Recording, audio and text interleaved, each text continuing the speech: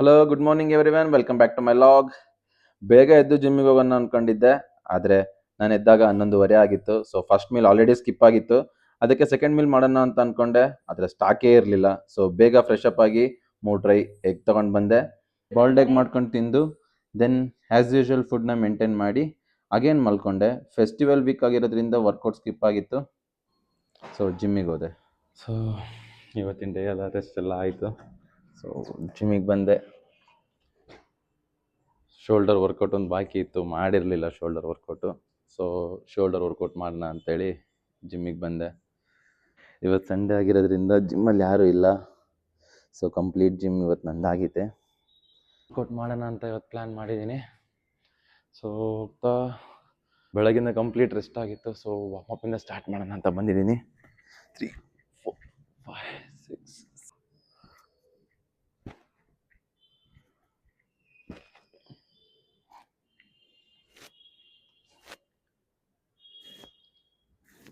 ಬರೀ hands free ಮಾಡೋದಷ್ಟೇ ಅಲ್ಲ, ಸ್ವಲ್ಪ ವೆಯ್ಟ್ಸಲ್ಲೂ ಕೂಡ ಮಾಡಬೇಕಾಗುತ್ತೆ. ಸ್ಟಾರ್ಟಿಂಗಲ್ಲಿ ವಿತೌಟ್ ವೆಯ್ಟ್ಸ್ ಏನೇನು ಮಾಡೋಕ್ಕಾಗುತ್ತೋ ಎಲ್ಲದನ್ನು ಮಾಡಬೇಕು. ದೆನ್ ವೆಯ್ಟ್ಸಲ್ಲಿ ಸ್ವಲ್ಪ ಮಾಡ್ಕೊಂಡ್ರೆ ಮಸಲ್ ಫುಲ್ ಆ್ಯಕ್ಟಿವೇಟ್ ಆಗುತ್ತೆ, ಒಳ್ಳೆ ಬ್ಲಡ್ ಫ್ಲೋ ಕೂಡ ಚೆನ್ನಾಗಾಗುತ್ತೆ. ವರ್ಕೌಟ್ ಮಾಡುವಾಗ ಇಂಜುರೀಸ್ ಲೆಸ್ ಇರುತ್ತೆ. ಶೋಲ್ಡರ್ ನನ್ನ ಫೇವ್ರೆಟ್ ವರ್ಕೌಟು. ಈಗಲೇ ಚೆನ್ನಾಗಿ ಪಂಪಾಗಿ ಕಾಣಿಸ್ತಾ ಇದೆ, ರೌಂಡ್ ಶೋಲ್ಡರ್ ಆಗಿ. ವರ್ಕೌಟ್ ಸ್ಟಾರ್ಟ್ ಮಾಡಿದ್ಮೇಲೆ ಹೇಗೆ ಕಾಣುತ್ತೆ ನೋಡೋಣ. ಯೂಶ್ವಲಿ 30ಇಂದನೇ ಸ್ಟಾರ್ಟ್ ಮಾಡ್ತೀನಿ, ಬಟ್ ಜಿಮ್ಮಲ್ಲಿ ಇವತ್ತು ಯಾರೂ ಇಲ್ಲ. ಯಾರೂ ಇಲ್ಲದಾಗ ಯಾವತ್ತು ಹೆವಿ ವೇಟ್ಸ್ ಹೋಗಿ ಇಂಜುರಿ ಮಾಡ್ಕೊಳ್ಳೋ ಚಾನ್ಸಸ್ ತುಂಬ ಇರುತ್ತೆ. ಯಾರು ಕೂಡ ಹೆವಿ ವೇಟ್ ಹೋಗಬೇಡಿ, ಆದಷ್ಟು ಸ್ವಲ್ಪ ಮಿನಿಮಲ್ ವೇಟಲ್ಲೇ ಹೋಗೋಣ ಅಂತೇಳಿ ಸೊ ಈ ವೇಟ್ ತಗೊಂಡಿದ್ದೀನಿ. 20 kgಯಿಂದ ಮಾಡ್ತಾಯಿದ್ದೀನಿ. ಮೆಂಟಲಿ ಫಿಕ್ಸ್ ಆಗಿದ್ದೀನಿ 20 ರೆಪ್ ಹೊಡಿತೀನಿ ಅಂತ. ಸೊ ಹಾಗೆ ಮಾಡೋಣ ಬನ್ನಿ.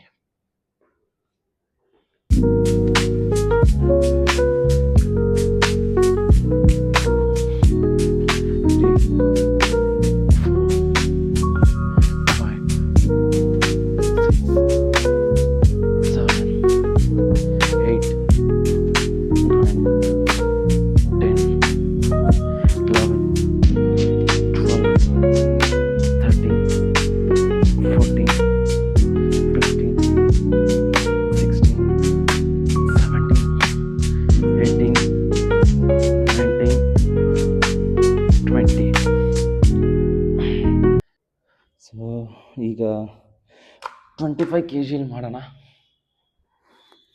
20 kg ಹೊಡೆದ್ಮೇಲೆ ಗೊತ್ತಾಯಿತು ಐ ಕ್ಯಾನ್ ಡೂ ಮೋರ್ ಅಂತ. ಸೊ 25 ತೊಗೊಂಡಿದ್ದೀನಿ. ಇದು ಕೂಡ ಮೆಂಟಲಿ ಫಿಕ್ಸ್ ಇದ್ದೀನಿ, 20 reps ಹೊಡಿಬೇಕು ಅಂತ. Maximum I will try. Let's go.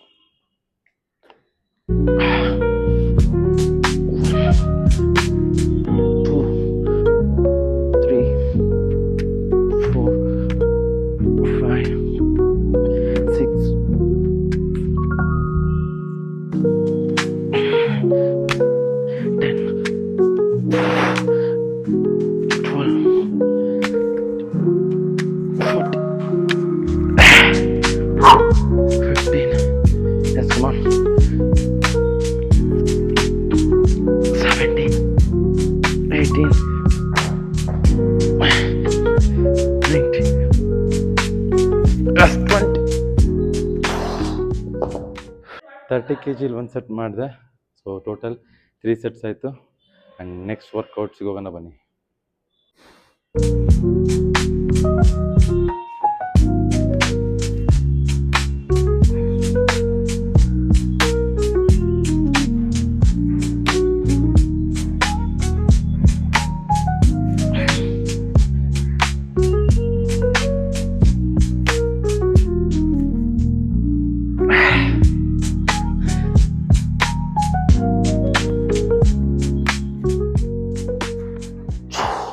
So side ಲ್ಯಾಟ್ರಲ್ನ 4 sets 20 reps ಜೊತೆಗೆ ಮಾಡಿ ಕಂಪ್ಲೀಟ್ ಮಾಡಿದೆ. ಆ್ಯಂಡ್ ದೆನ್ ನಾವೀಗ ಫ್ರಂಟ್ ಶೋಲ್ಡರ್ ಪ್ರೆಸ್ ಮಾಡಬೇಕು. ಜೊತೆಗೆ ನಮ್ಮ ವೈಫ್ ಬಂದಿದ್ದಾರೆ, ಬನ್ನಿ ಮಾಡೋಣ. ಸೊ ನಮ್ಮ ಜಿಮ್ಮಲ್ಲಿ ಶೋಲ್ಡರ್ ಪ್ರೆಸ್ ಮಷಿನ್ ಇದೆ. ಸೊ ನನಗಿದು ಯಾರು ಇಲ್ಲ ಅಂದರೂ ಕೂಡ ವೆಯ್ಟ್ಸ್ ಜಾಸ್ತಿ ಲೋಡ್ ಮಾಡಿ ಹೊಡಿಬೋದು. ಆ ಒಂದು ಅಡ್ವಾಂಟೇಜ್ ಇದರಲ್ಲಿದೆ. ಒಂದು ಸ್ವಲ್ಪ ಆಲ್ಮೋಸ್ಟ್ 20+15 35 kg ಸ್ಟಾರ್ಟ್ ಮಾಡ್ತಾ ಇದ್ದೀನಿ. ಒಬ್ಬನೇ ಇದ್ರೂ ಕೂಡ ಲೋಡ್ನ ಲಿಫ್ಟ್ ಮಾಡ್ಬೋದು.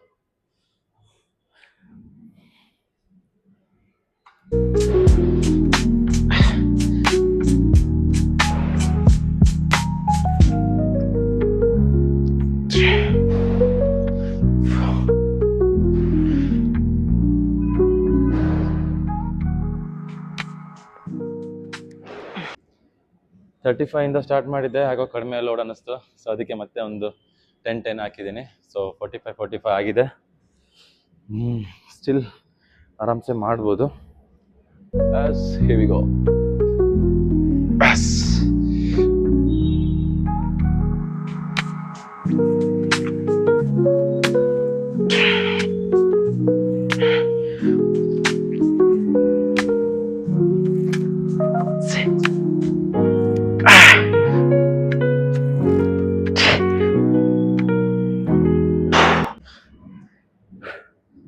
ಈ ಒಂದು ಮಷಿನ್ದ ಅಡ್ವಾಂಟೇಜ್ ಏನು ಅಂತಂದರೆ ಫ್ರಂಟ್ ಶೋಲ್ಡರ್ಗೆ ತುಂಬ ಚೆನ್ನಾಗಿ ವರ್ಕ್ ಆಗುತ್ತೆ. ಬಟ್ ನಾವು ಮಾಡುವಾಗ ಮಸಲ್ ಮೈಂಡ್ ಕನೆಕ್ಷನ್ ತುಂಬ ಮ್ಯಾಟ್ರ್ ಆಗುತ್ತೆ. ಕ್ಲೀನಾಗಿ ಮಾಡುವಾಗ ಫ್ರಂಟ್ ಡೆಲ್ಟ್ಸ್ ಕ್ಲೀನಾಗಿ ಪ್ರೆಷರಿಂದ ಎತ್ತೋದ್ರಿಂದ ಒಂದು ಮಸಲ್ ಕ್ವಾಲಿಟಿಯಾಗಿ ಇಂಪ್ರೂವ್ ಆಗುತ್ತೆ. ಸುಮ್ಮನೆ ವೆಯ್ಟ್ಸ್ ಹಾಕಿ ಸುಮ್ಮನೆ ಲೋಡ್ ಮಾಡಿದರೆ ಯೂಸ್ಫುಲ್ ಇಲ್ಲ. ನಾವು ಮಾಡೋ ವರ್ಕೌಟು ಕ್ಲೀನಾಗಿ ಮಸಲ್ ಮೇಲೆ ಹಿಟ್ ಆಗ್ತಿದೆ ಇಲ್ಲ ಅಂತೇಳಿ ಕ್ಲಾರಿಟಿಯಿಂದ ಮಾಡಬೇಕು. ಸೊ ಇವತ್ತು ಕಂಪ್ಲೀಟ್ಲಿ ಕಾಂಪೌಂಡ್ ಮೂವ್ಮೆಂಟ್ ಮಾಡಬೇಕು ಅಂತ ಡಿಸೈಡ್ ಆಗಿದೆ. ಸೊ ಫಸ್ಟಿಗೆ ಬಂದು ಡಬಲ್ ಡಂಬಲ್ ಪ್ರೆಸ್ ಮಾಡಿ ಮುಗಿಸಿ, ಸೈಡ್ ಲ್ಯಾಟ್ರಲ್ ಮಾಡಿ, ಅಗೈನ್ ಫ್ರಂಟ್ ಶೋಲ್ಡರ್ ಪ್ರೆಸ್ ಮಾಡಿ ಮುಗಿಸಿದೆ. ಸೊ ಫ್ರಂಟ್ ಲ್ಯಾಟ್ರಲ್ ರೈಸ್ ಕೂಡ ಡಂಬಲ್ಸಲ್ಲೇ ಮಾಡೋಣ ಅಂತ ಅಂದ್ಕೊಂಡಿದ್ದೀನಿ. ಬನ್ನಿ ಮಾಡೋಣ.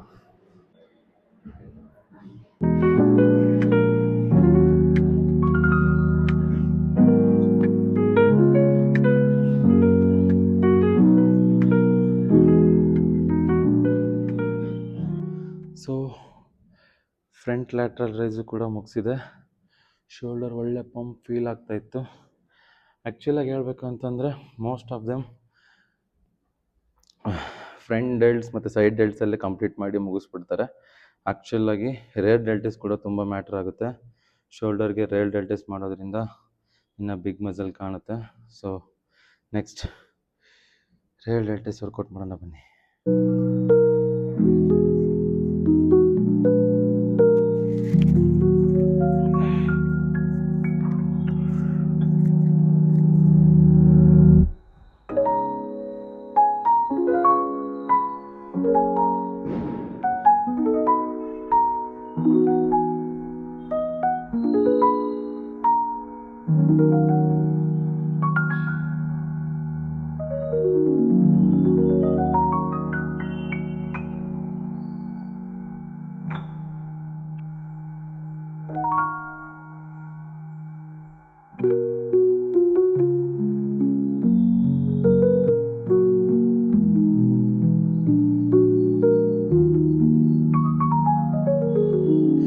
ಸೈಡ್ ಚೆಸ್ಟ್ ಪೋಸ್ ಮಾಡಿ, ದೆನ್ ಟ್ರೈಸಿಪ್ಸ್ ಮಾಡಿ, ನನ್ನ ಫೇವ್ರೆಟ್ ಮೋಸ್ಟ್ ಮಸ್ಕ್ಯುಲರ್ ಪೋಸ್ ಹೊಡೆದು ಸೊ ಇವತ್ತಿನ ಡೇನ ಕಂಪ್ಲೀಟ್ ಮಾಡಿದೆ.